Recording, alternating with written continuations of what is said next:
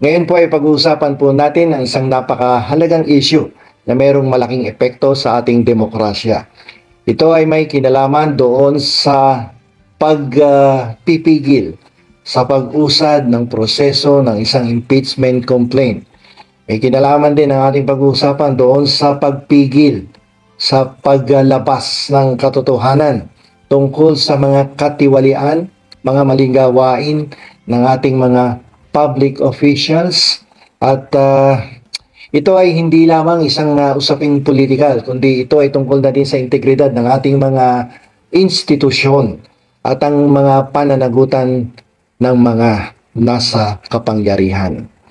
Isipin na lamang po ninyo ang Senado na tinagurian nating mataas na kapulungan na binibigyan ng kapangyarihan ng ating saligang batas na usigin, litisin ang mga high-ranking government officials na gumawa ng katiwalian ay siya mismo ang pumipigil, gumagawa ng paraan upang hindi umusad ang isang impeachment process sa ating mataas na kapulungan.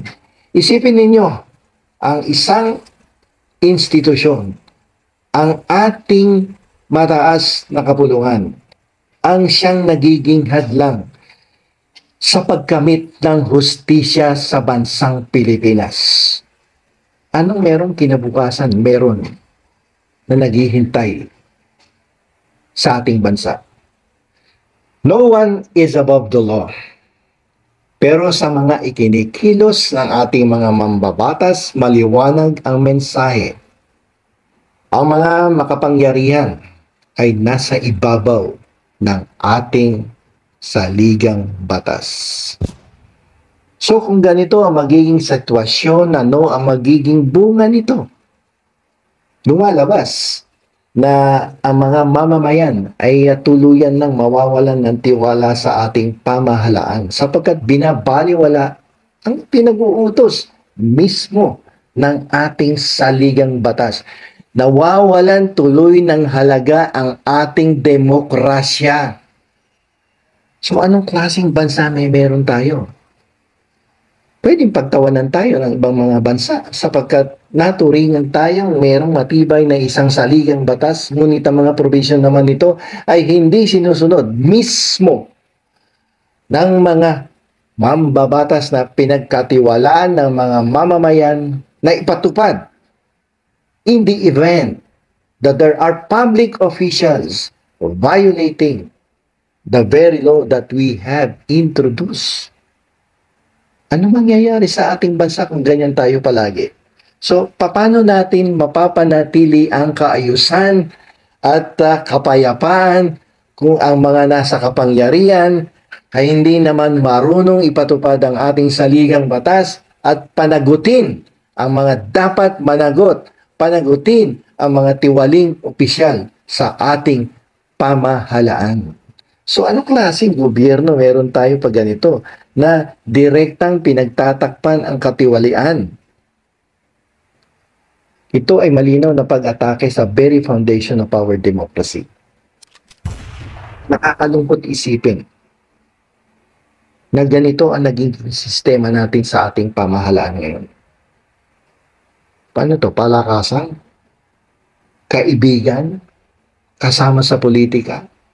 Hindi dapat mabisto ng mga mamamayan ang katiwalian na kanilang ginawa at kinakailangang pagtakpan. Huwag ibunyag sapagkat kasama ko yan sa partido, sapagkat may utang na loob ako sa tao na yun, sapagkat tinulungan ako niyan nung araw. So hindi dapat mabunyag ang kabalustagan ng isang public official na nasasakdal sa isang impeachment complaint. So tingnan po natin ang magiging implikasyon nito. Actually, hindi po ito isang simpleng pagkakaantala or pagmamanimobra. Ito po ay isang sistematikong pagtatangka na pagtakpan ang isang katiwalian at pagsuway sa pinag-uutos ng ating saligang batas at pagbabaliwala sa karapatan ng bawat mamamayang Pilipino para makamit ang isang hustisya. Saan ka naman nakakita na ang isang institusyon, na isang mataas na kapulungan na pinagkatiwalaan ng ating mamamayan, na binigyan ng kapangyarihan ng ating saligang batas to try and decide all cases of impeachment, ang siya mismo magiging instrumento upang hadlangan ang pag-usad ng isang paglilitis laban sa isang mataas na opisyal na malinaw sang-ayon sa House of Representatives na mayroong mga ebidensyang hindi ginamit ng tama ang pera ng sambayanang Pilipino.